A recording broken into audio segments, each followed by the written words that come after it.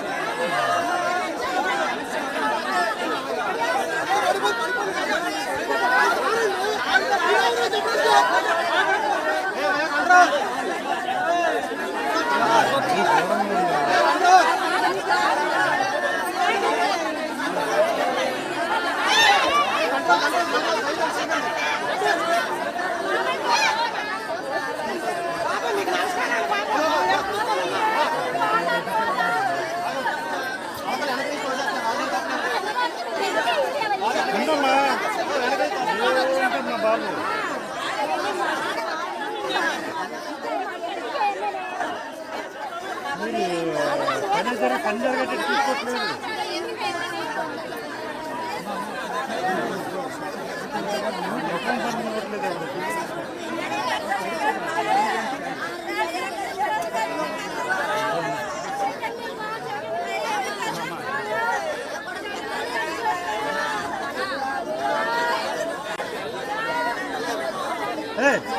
Lens తీసుకొని అవ్వాలి తెరా lens తీసుకొని అవ్వాలి తెరా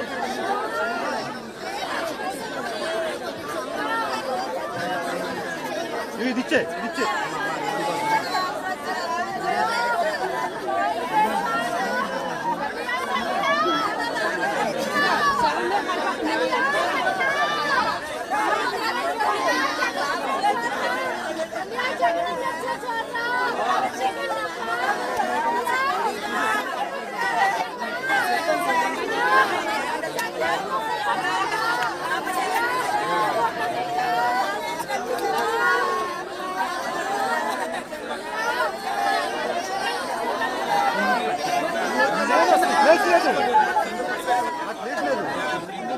అమ్మ చేతి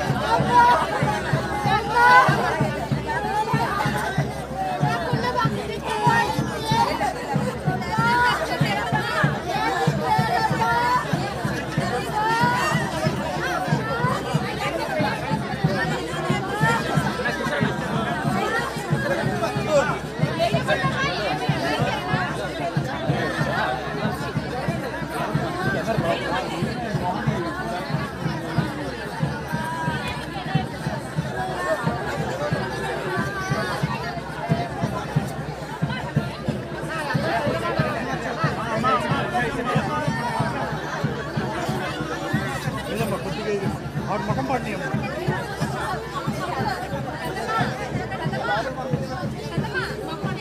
ముఖం పడినాయి గుమ్మతి అమ్మ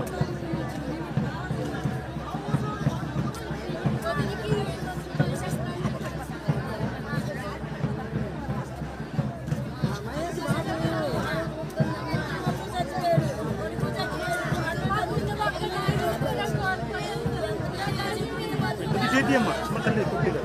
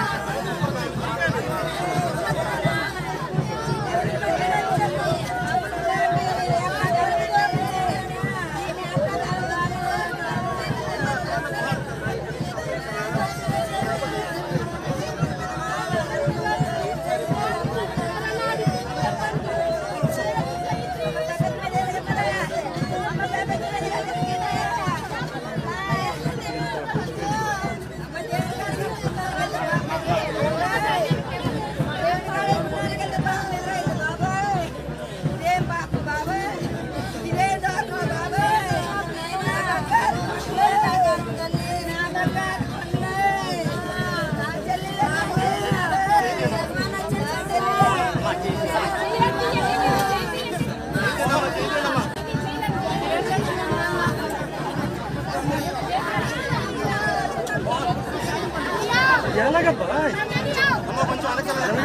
వాళ్ళకి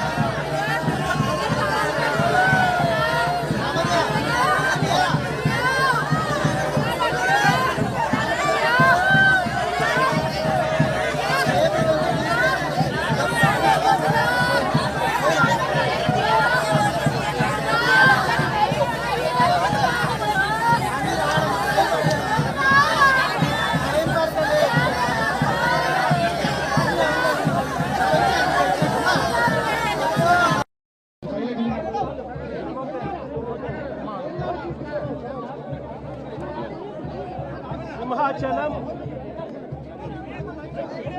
అప్పన్న స్వామి చందనోత్సవానికి వచ్చిన భక్తుల పరిస్థితి నిజంగా ఎంత దారుణంగా ఉందో చెప్పడానికి ఈరోజు ఇక్కడ చూస్తా ఉన్న ఘటనే నిదర్శనం. దాదాపుగా 6 మంది చనిపోవడం జరిగింది. దాదాపుగా 7 మంది చనిపోవడం జరిగింది. ఒకే ఒక్క కుటుంబంలోనే 4 చనిపోవడం జరిగింది. ఇంకా కొంతమందికి గాయాలు కూడా అయ్యాయి. నేను అడుగుతా ఉన్నాను ఒకటి,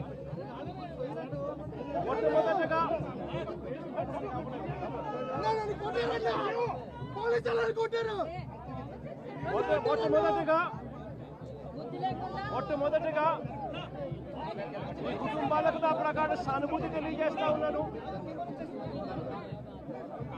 చనిపోయిన వారికి, వారి కుటుంబాలకు మంచి జరగాలని, వారి ఆత్మ చనిపోయిన వారి ఆత్మలకు శాంతి రావాలని దేవుణ్ణి కూడా ప్రార్థిస్తా ఉన్నాను. ఈ ఘటనను చూస్తే, ఇక్కడ జరిగిన ఘటన, సింహాచలంలో జరిగిన ఈ ఘటన అయినా కూడా చందనోత్సవానికి సంబంధించి ఇప్పుడు ఇవాళ జరిగిన ఈ ఘటన అయినా కూడా, లేదా మొన్న తిరుపతిలో వైకుంఠ ఏకాదశి నాడున జరిగిన ఘటన తీసుకున్నా కూడా, నేను ఒకటి అడుగుతా ఉన్నా ఈ ప్రభుత్వానికి, అయ్యా నాడు తిరుపతిలో జరిగిన వైకుంఠ ఏకాదశికి సంబంధించిన ఘటన అయినా కూడా, ఈరోజు చందనోత్సవానికి సంబంధించిన జరిగిన ఘటన అయినా కూడా, ఏ రోజు చందనోత్సవం జరుగుతుంది, ఏ రోజు వైకుంఠ ఏకాదశి వస్తుంది అన్నది ప్రభుత్వానికి తెలియదా అని అడుగుతా ఉన్నా. ఎప్పుడు జరుగుతుందో తెలుసు. ఆ జరిగే రోజున లక్షల మంది భక్తులు వస్తారు అన్న సంగతి కూడా తెలుసు. తెలిసినా కూడా కేవలం నిర్లక్ష్య వైఖరితో అనేక మంది ప్రాణాలను బలికొన్నారు. వైకుంఠ ఏకాదశి నాడు తిరుపతిలో 6 మందిని ఇలాగే నిర్లక్ష్యం చేసి పొట్టను పెట్టుకున్నారు. అప్పుడు కూడా అంతే, చంద్రబాబు నాయుడు గారు కుప్పం పర్యటన ఉంది అని చెప్పి పోలీసులందరినీ కూడా కుప్పం పంపించారు. అందరినీ కూడా పార్కుల్లో పెట్టి, రకరకాల ఏరియాలలో పెట్టి, సడన్ గా ఒక్కసారి గేట్లు ఎత్తేసి, సెక్యూరిటీ అరేంజ్మెంట్స్ లేవు కాబట్టి, పోలీసులు ఎవరు లేరు కాబట్టి, అందరూ చంద్రబాబు నాయుడు గారిని ప్రసన్నం చేసుకునే దానికి వెళ్ళిపోయారు కాబట్టి, అందరినీ కూడా పార్కుల్లోనూ అక్కడ ఇక్కడ ప్యాక్ చేసి, సాయంత్రం పూట ఇక లైన్లలో నిలబడండి అని చెప్పి గేట్లు ఎత్తారు. తిరుపతిలో జరిగిన తోపులాటలో 6 మంది మరణించడం జరిగింది. లక్షల మంది వస్తారు అని తెలిసినా కూడా జరిగిన ఘటన. ఈరోజు చందనోత్సవం రోజు కూడా లక్షల మంది భక్తులు వస్తారు. ఈరోజు అప్పన్న స్వామి నిజ రూపంలో దర్శించుకోవచ్చు అప్పన్న స్వామిని అని లక్షల మంది భక్తులు ఈరోజు వస్తారు అని తెలిసినా కూడా దారుణమైన అరేంజ్మెంట్స్. చాలా మంది చెప్తా ఉన్నారు, కనీసం టెంపరీ టాయిలెట్లు కూడా లేవు, క్యూలలో నిలబడిన వాళ్ళకి నీళ్లు లేవని కూడా చెప్తా ఉన్నారు. ఘటన జరిగిన స్థలాన్ని ఒకసారి చూస్తే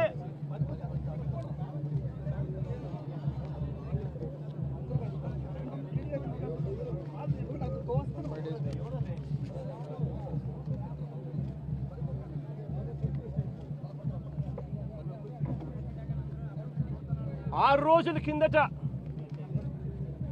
గోడ కట్టడం మొదలుపెట్టారు. 6 రోజుల కిందట గోడ కట్టడం మొదలుపెట్టారు. 2 రోజుల కిందట గోడ పూర్తి చేసినారు. 20 మీటర్ల పొడుగు గోడ, అంటే 20 మీటర్లు అంటే దాదాపుగా 70 అడుగులు. దాదాపుగా 70 అడుగులు గోడ పొడుగు, 10 అడుగులు ఎత్తు కట్టిన ఈ గోడలో 4 రోజుల్లో ఈ గోడ కట్టారు. ఈ గోడ కట్టే దాంట్లో ఎక్కడా కూడా కాలమ్స్ ఎక్కడా కనిపించవు. రీఇన్ఫోర్స్డ్ కాంక్రీట్ గోడ కట్టాల్సిన చోట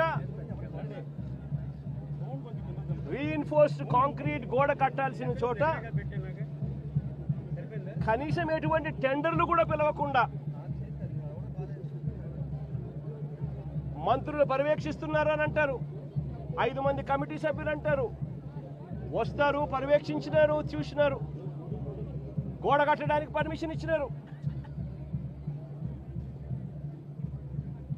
6 రోజుల్లో గోడ కట్టారు. టెండర్లు కూడా పిలువకోకుండా కట్టేసేయండి అని చెప్పి కట్టేశారు. నేను అడుగుతా ఉన్నా,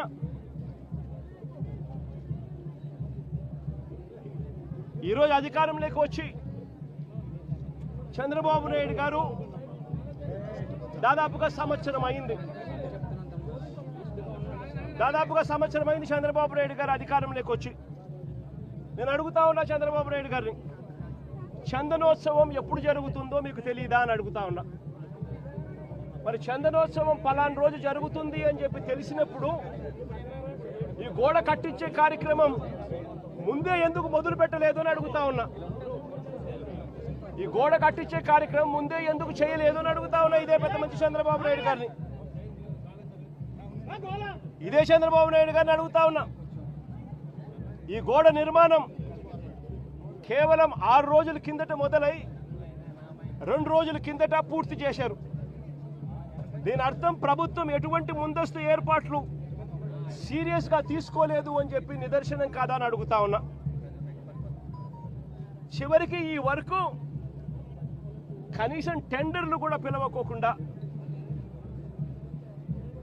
ఇష్టం వచ్చిన వాళ్ళకు వర్క్ ఇచ్చేసి ఇష్టం వచ్చిన పద్ధతిలో కట్టించే కార్యక్రమం చేయడం ధర్మమేనా అని అడుగుతా ఉన్నా. 70 అడుగులు పొడవుతో కట్టే గోడకు, 10 అడుగులు ఎత్తుతో నిర్మించే గోడకు కనీసం కాలములు కూడా పెట్టించే కార్యక్రమం కూడా లేకుండా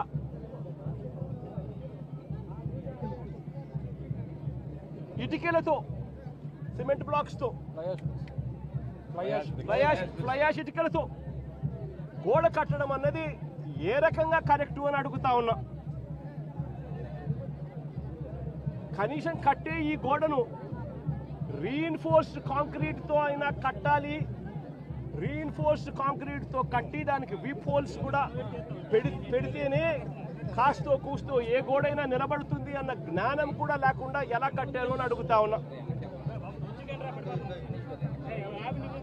2 రోజుల కిందటనే గోడ పూర్తయింది అని తెలుసు. 2 రోజుల కిందనే గోడ పూర్తయింది అని తెలుసు.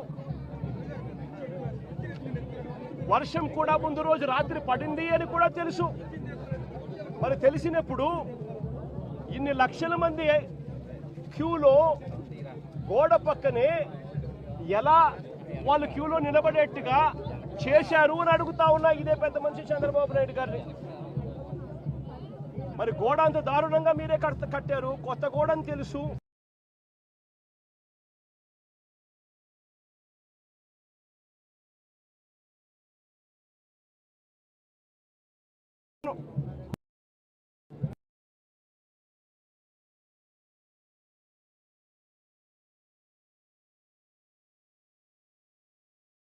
దర్శించుకునే సామాన్యుడు ఏమైపోయినా పర్వాలేదు అని చెప్పి పట్టించుకునే కార్యక్రమం ఎక్కడా కూడా చేయకుండా గాలి కొదిలేసిన పరిస్థితుల్లో ఈరోజు రాష్ట్రం నడుస్తూ ఉంది. ఈ ఒక్క సంవత్సరంలోనే చంద్రబాబు నాయుడు గారు చేసిన ఈ ఒక్క సంవత్సరం పరిపాలనలోనే దారుణమైన పరిస్థితి చూస్తా ఉన్నాము అంటే తిరుమలలో ఈ పెద్ద మనిషి రాజకీయాల కోసం లడ్డు వివాదం చేసి మన వెంకటేశ్వర స్వామి పేరు ప్రఖ్యాతలను ఏ రకంగా రోడ్డు మీదకి తీసుకొచ్చాడు అన్నది కూడా ఈ 11 నెలల కాలంలోనే చూసాం.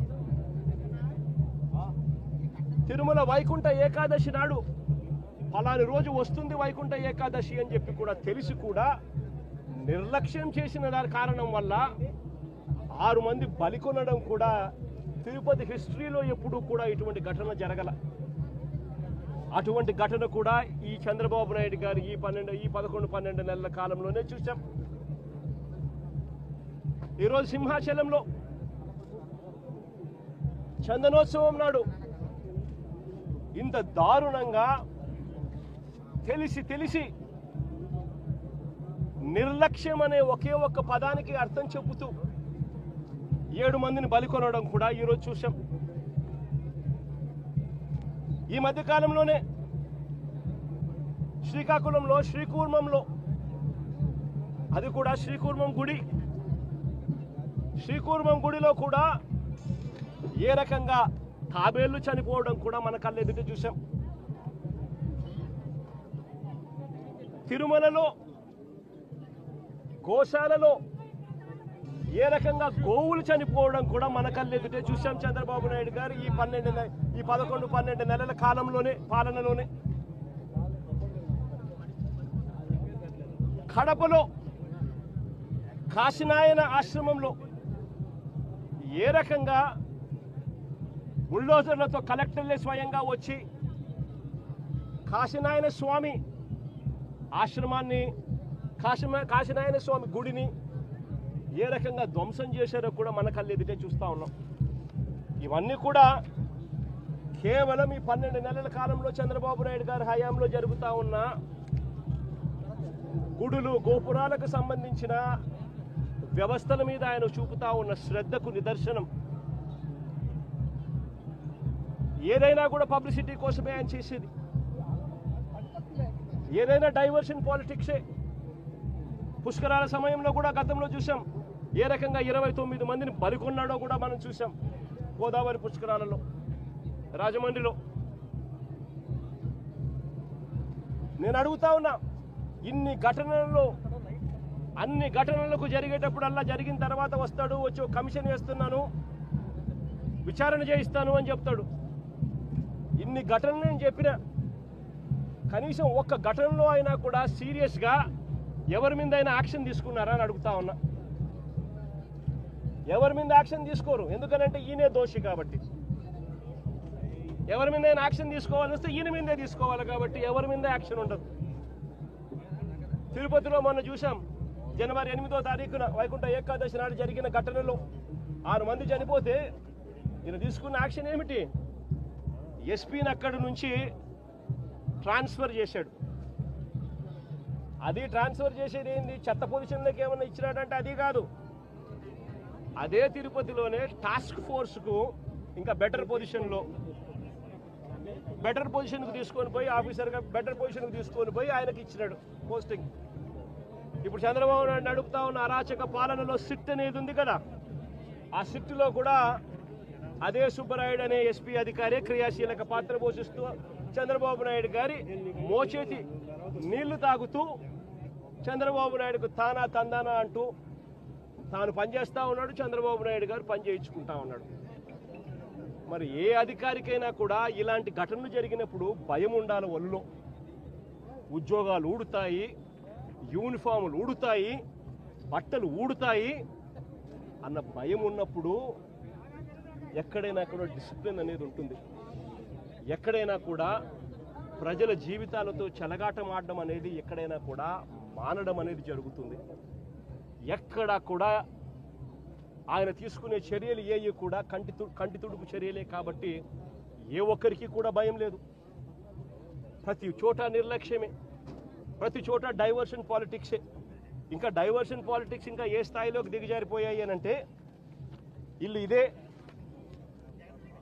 నేను టీవీలలో వాళ్ళ స్టేట్మెంట్లు చూస్తే, ఆ మంత్రులు ఇచ్చే స్టేట్మెంట్ చూస్తే ఆశ్చర్యం అనిపించింది. మొట్టమొదటి స్టేట్మెంటు వాళ్ళు ఇచ్చింది ఈ గోడ ఎవరి హయాంలో కట్టారో ఎవరు కట్టారో చూడాలంట. మొట్టమొదటి స్టేట్మెంట్ వాళ్ళు ఇచ్చింది, మంత్రులు ఇచ్చిన స్టేట్మెంట్. అంటే అది కూడా వేరే వాళ్ళ మీద తోసేయాలని చెప్పి కాదు. మీ హయాంలోనే ఈ వారం రోజుల కిందటనే గోడ కట్టారు అని చెప్పి ఎప్పుడైతే తెలుసుకున్నారో అప్పుడేమంటారు? గోడ అనేది పిల్లలతో కట్టారో, సిమెంట్తో కట్టారో, బ్రిక్స్తో కట్టారో అనేది మాకు తెలియదు కదా అంటారు. మరి తెలియనప్పుడు మీరు మంత్రుల కమిటీ కింద ఎందుకు వచ్చినారు ఇక్కడికి? ముందస్తు ఏర్పాట్లు చేయడం కోసం మరి ఎందుకు వచ్చినారు? మరి మీ సమక్షంలోనే మీరు ముందస్తు ఏర్పాట్లు చేస్తూ ఉన్న పరిస్థితుల మధ్య ఈ గోడ కట్టడం ఎందుకు చేశారు? 60-70 అడుగులు గోడ పొడుగు, 10 అడుగుల ఎత్తు, కనీసం ఒక కాంక్రీట్ పిల్లర్ లేదు. గోడ ఏ రకంగా కట్టనిచ్చినారు? కొత్త గోడ అని తెలుసు, రాత్రి వర్షం పడిందని తెలుసు. చందనోత్సవం జరిగే ప్రతిసారి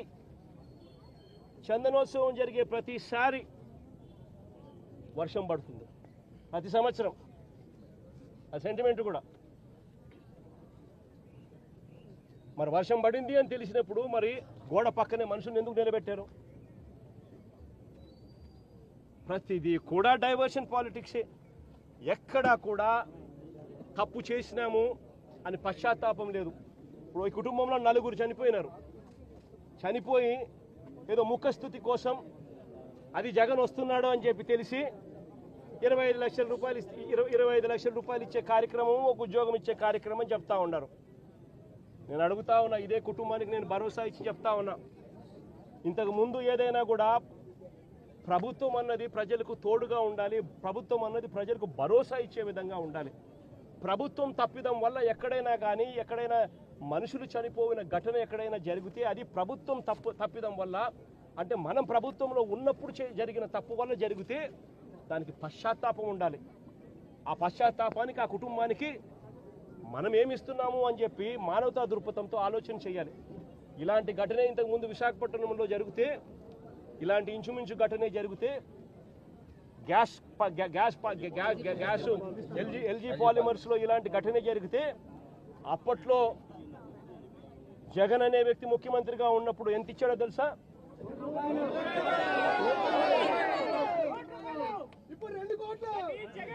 జగన్ అనే వ్యక్తి ₹1 కోటి ఒక్కొక్కరికి ఇచ్చి ఆ కుటుంబాలను ఆదుకున్నారు.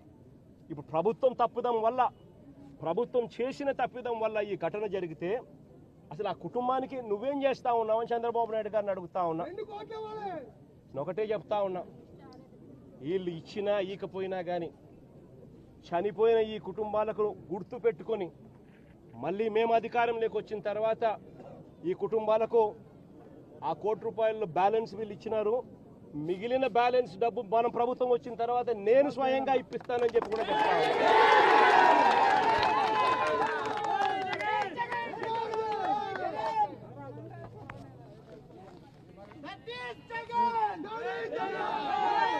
ఇది ఒకసారి ఫోటో చూడండి,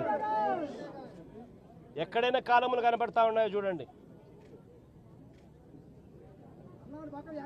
వాళ్ళు చెప్తా ఉంటే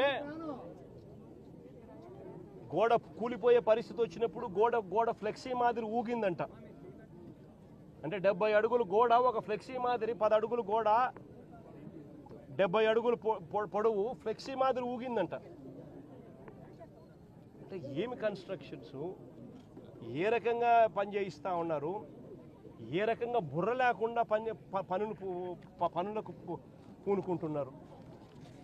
ఆలోచన చేయమని చెప్పి అందరినీ కూడా కోరుతా ఉన్నా. చంద్రబాబు నాయుడు గారిని కూడా మానవతా దృక్పథంతో ఆలోచన చేసి జగన్ ఇచ్చే లోపలనే ఆ ₹1 కోటి ఇచ్చి ఆ కుటుంబాలను ఆదుకోమని చెప్తా ఉన్నా.